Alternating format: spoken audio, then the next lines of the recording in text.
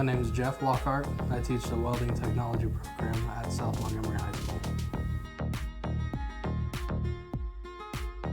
I worked at Hendrickson Trailer in Lebanon, Indiana for the past 9 years. I took a vocational program when I was in school. It was a welding program through Fountain Central High School, and it's always something that I've been interested in. So we start out learning the basics, going with safety first, and then we go into stick welding.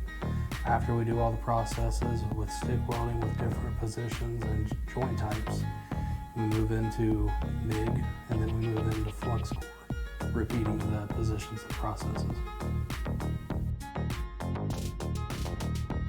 Absolutely not. Everybody starts out at the same beginning level.